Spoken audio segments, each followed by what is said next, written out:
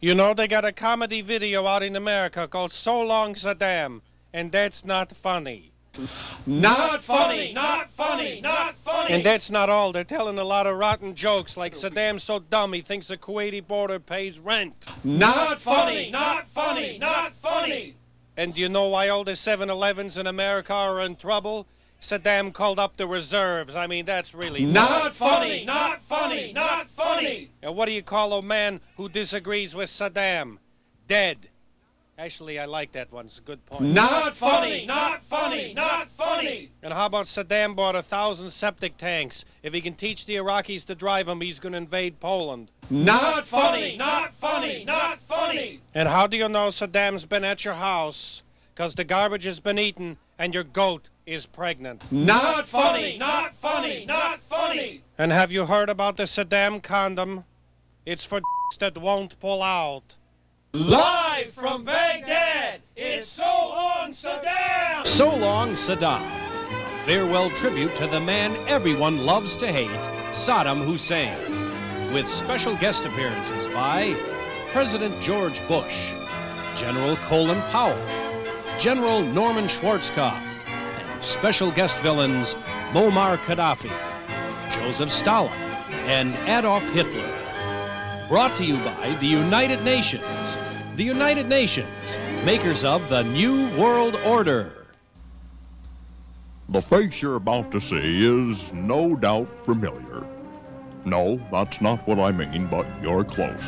In this program, we're going behind the scenes to get the inside scoop. The story of a man who started out as a pathetic nobody and rose to become the biggest creep on God's green earth. From scapely goat herder to hurtful scapegoat. From habitual to master dictator. From wacky lackey to yaki Iraqi and khaki. This is the story of Saddam Hussein, better known to friends and acquaintances as Saddam Hussein. Hello, this is Walter Crankoff speaking, coming to you from our studios here in the Great Satan. And I'm pleased as the dickens to be bringing you the final appearance of the man we like to call Little Hitler. But even though Saddam Hussein is the next best thing to the Führer, our research team has discovered he actually had closer ties with that lovable pre-glasnost dictator, Joseph Stalin. Records indicate Hussein was the bastard child of Stalin. Imagine his horror when he realized he had conceived a creature even uglier than he was. Even at the early age, Saddam was obnoxious and aggressive. He was known around the maternity ward as Snot-Shuckin' Saddam. Saddam was taught how to fight dirty. Unfortunately, the dirtiest thing in the ring was Saddam's diapers. By the time he had reached adolescence, Saddam was beginning to show signs of complete uselessness. Because of his inherent stupidity, he found it impossible to keep a job. He broke into the business as a glass tester, then a wood tester, and finally as a trousers tester. But he resented starting at the bottom and found work in general to be a pain in the Hussein. He called upon his old man for help. His father got him a job playing accordion at government bar mitzvahs, but he had to quit because he continually caught his privates in the squeeze box. Help! Help! Looking for something less dangerous, he had learned how to drive a taxi cab and had no trouble maneuvering his vehicle. Remembering where the brakes were posed a different problem. When even that failed, Saddam began to wonder if he'd ever be able to make a living. By the time Saddam had reached the age of consent, his old man Stalin considered to have him shipped out of the country. The Soviets were experimenting with a new model of airplane, and they wanted Saddam to be the test pilot. Stalin couldn't have cared less where the plane ended up. He just wanted that loser of a son out of his hair.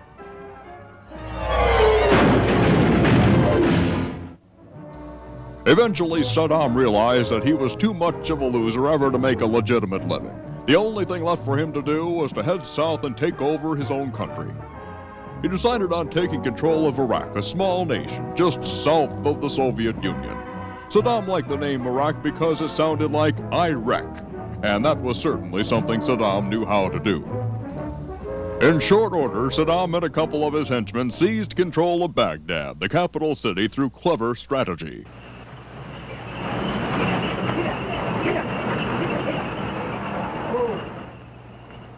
Who goes there? Santa Claus? Oh, there ain't no Santa Oh, Claus. yes, there is, and I've got a present for you. Right where? Oh. Come on, let's go rob someone. Saddam used terrorism to strike fear into the hearts of his adversaries. Hello there, Royal Flamball. I am here to tell you to give me that diamond you wear on your head. Right now. Give it. Yes, sir. Yes, sir. Ah. Yeah, that should come in handy to start the treasury. Now get the hell in that pond and wash your hair, imperialist scumbag. Hurry up, do it.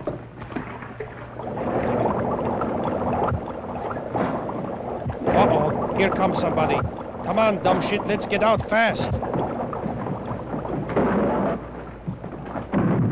Saddam, on the right, began working closely with Abu Hassan, which translates literally into big fat ass with a beard. The big fat ass helped form Saddam's elite Republican Guard, seen here. Saddam himself personally instructed the elite Republican Guard in surefire tactics of hand-to-hand combat. Get out. Let him alone. Oh, man.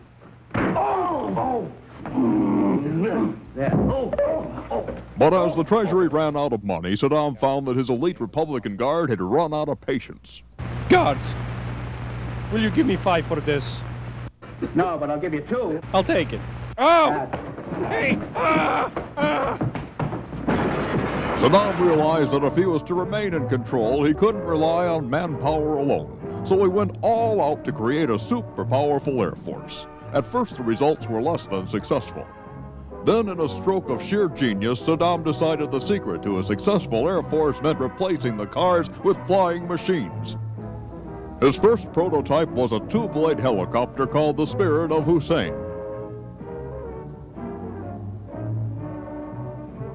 Okay, see, the problem here is that we need a bigger engine. Bigger engine. Then he tried a machine called the Saddam Jerk Up and Downer.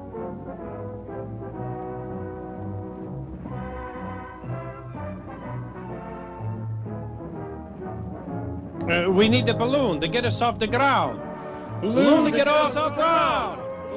His next project was the Tariq Aziz helicopter. What we need, I think, are wings to get us up there, not on the ground. Wings. Unfortunately, the Baghdad balsa wood fared no better.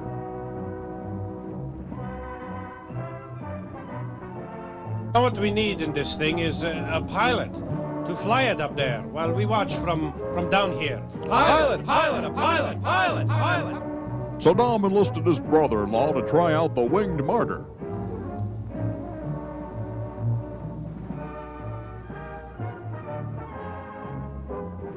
Oh, how could I be so... We need a motor. That's what we need to keep it flying. Don't you think? Motor. This model had everything except a place for the pilot to sit. The designer was severely punished. All we need is a cockpit and we're all set. A cockpit. Ha. Am I right? Cockpit.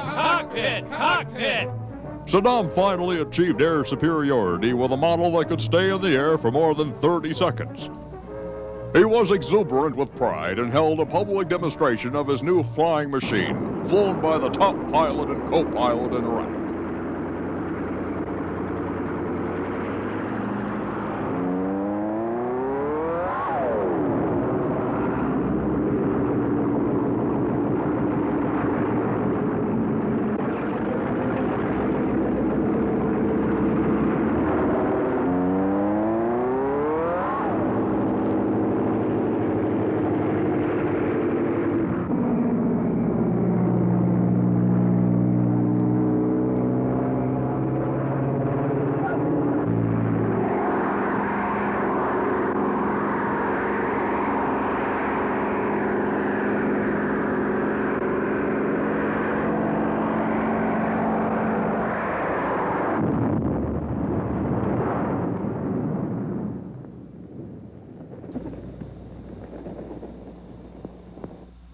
With his Air Force firmly in place by the late 1970s, Saddam was a force to be reckoned with. He began making alliances with other terrorist leaders in the Middle East, including Muammar Gaddafi. Saddam Hussein is the most important Persian Gulf leader. Even with the cheesy mustache, he is stylish in his own way. But remember, in my own way, I'm also stylish. Like Sinatra, Frank Sinatra, the entertainer. I resemble him. I wear my coat over my shoulder like he does, and I can even sing New York, New York.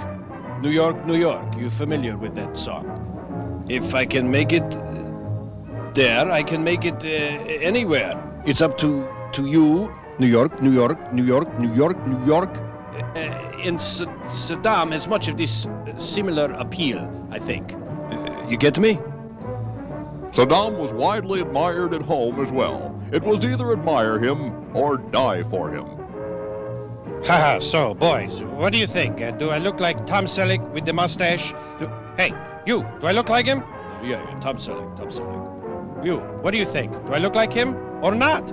Oh, boy. Okay, everybody, now get together on the count of 3. A 1, a 2, a 3. Who is the president that we all love? A Tom Selleck, a Tom Selleck, a Tom Selleck. A good-looking guy sent from up above. A Tom Selleck, a Tom Selleck, a Tom Selleck. Yeah, I like that. Now get me the hell out of here. But even with all that mass adulation, Saddam's best friend was man's best friend, his faithful German shepherd, Adolf Hitler. Ja, und de schwakkende stappen. Go! Is een trouwende schwakkende indroen schwalte, achtende schwerbakken droden schwalte, achtende schwil is eer dronken is stappen! Go doen kaf! Is den strabisch den Persian Gulf, ja? It became clear that Saddam's self-obsession was boundless. His preoccupation with his hair was such that he could actually begin washing it, sometimes more than 2 or 3 times a year, which was more than could be said for his friends. But when he did finally get his hair cleaned out, there was nowhere for the sludge to go but directly into the sea.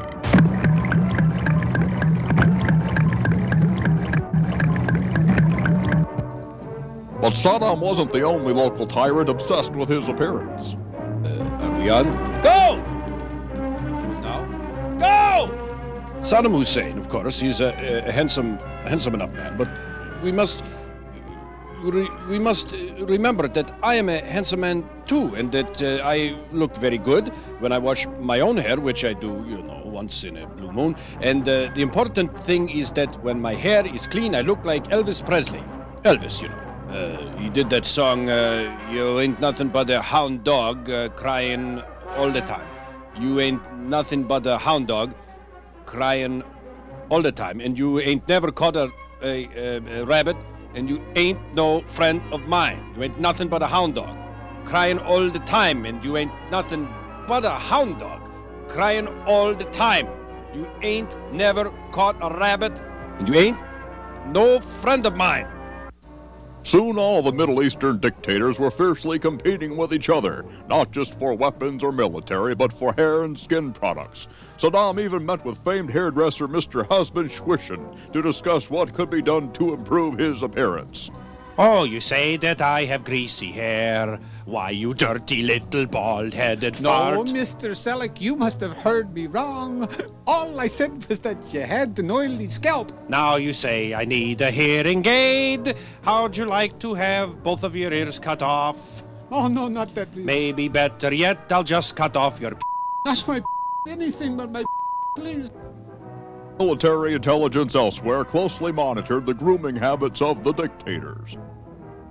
You know, and he's got his fly unzipped, and he may be, you know, sticking his finger in his ear. Intelligence also began monitoring other personal habits of these tyrants, especially Saddam Hussein. In the early 80s, Saddam began developing property on the outskirts of Baghdad.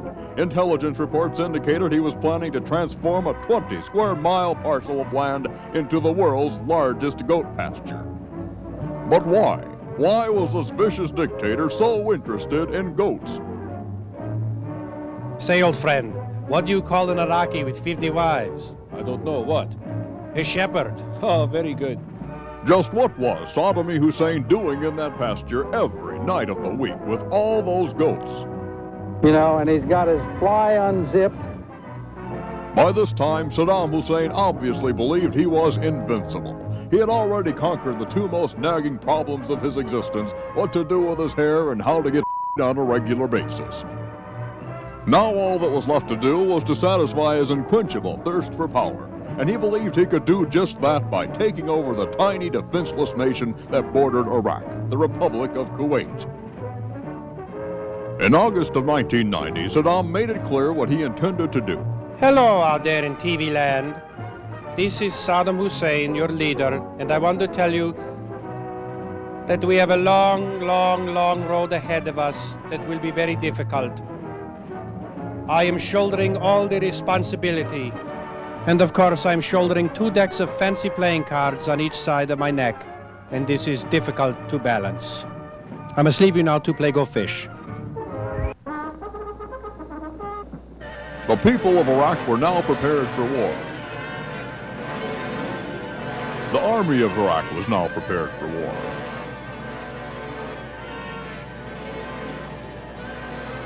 Saddam himself was not only prepared for war, but he had already begun drawing up a new map of the entire region, showing exactly how the area would be renamed once he took over. Okay, we're going to start up here in the province of Jerkola. We go down past the Giva Dam, through Pushover, we go over here to Shmoland, and then we take the oil and dump it in the Gulf from here. Saddam's army rolled into Kuwait, but this was met with swift response from the United Nations, who promptly slapped an embargo on all goods flowing into Iraq. Amongst these goods were all foods imported to Baghdad from foreign countries. In a matter of weeks, the people of Iraq were reduced to eating nothing but goat cheese, which was still plentiful thanks to Saddam's private fund farm. But after a while, a steady diet of nothing but goat cheese left Saddam and his henchmen even more flatulent than ever. How dare you fart before me? Sorry, boss. I didn't know it was your turn. What are we going to do? This stink from the goat cheese, it's obnoxious. What I would suggest, Excellency, is we get a cork and we wedge it in the... I'm going to teach all of you goofballs a lesson by cranking out the longest fart in history right now.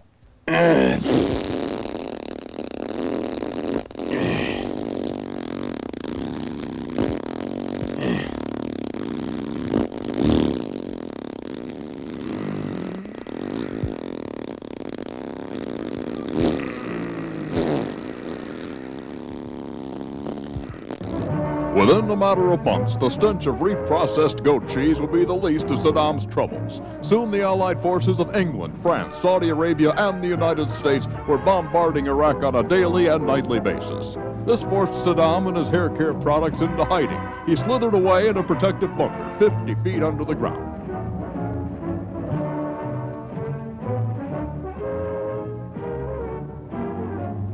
Life in the bunker, as we know it, can be very, very, very difficult to live there. I know, I've been there, especially if you're dealing with all that goat cheese trouble, you know. Now, if Saddam stays in the bunker, you know, he will become a recluse, like Michael Jackson, the American entertainer, you know,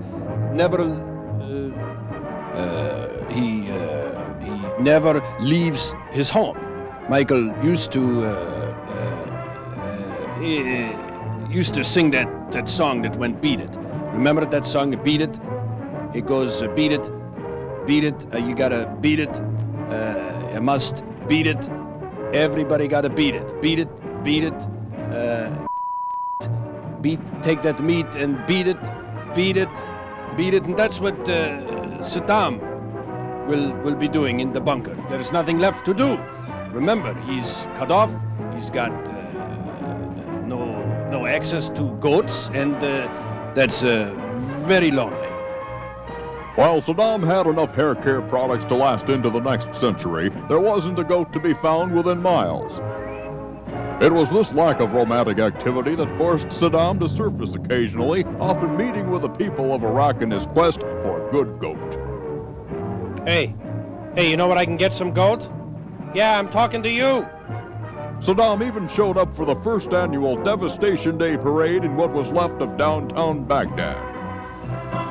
Jeez, who is this ugly broad? Oh, excuse me, Mr. Abdul. Who is the president with the biggest heart? Tom Selleck, Tom Selleck, Tom Selleck. Who holds the record for the longest fart? Tom Selleck, Tom Selleck, Tom Selleck. Haha, that is very touching. Have them all shot. Meanwhile, despite the daily pounding of Iraq by Allied forces, Saddam held out hope that he'd win the war. Well, it looks like everything is in order here, and I did... Who cut the goat cheese? You did. Don't blame. Excuse me, let me crank out one more. What you must understand is that we are invincible. Even in America, they have come to love me. They held a 21-gun salute in my honor. Huh.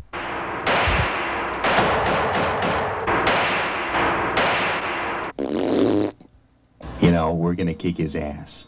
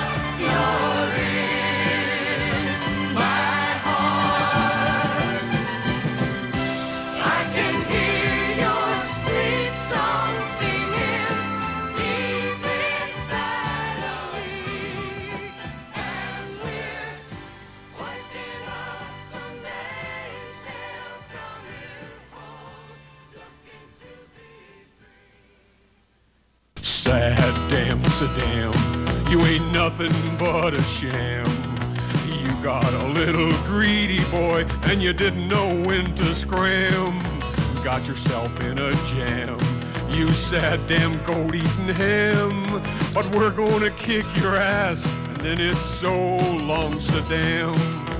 Who put the coup in Kuwait? Tell me before it's too late. Who put the damn in damn Saddam? I'm looking for someone to hate. Who put the is in Israel? Who put the slam in Islam? Who put the cat in Gaddafi? I'll bet it's that damn Saddam. Saddam, Saddam, you ain't nothing but a sham. You got a little greedy boy, and you didn't know when to scram.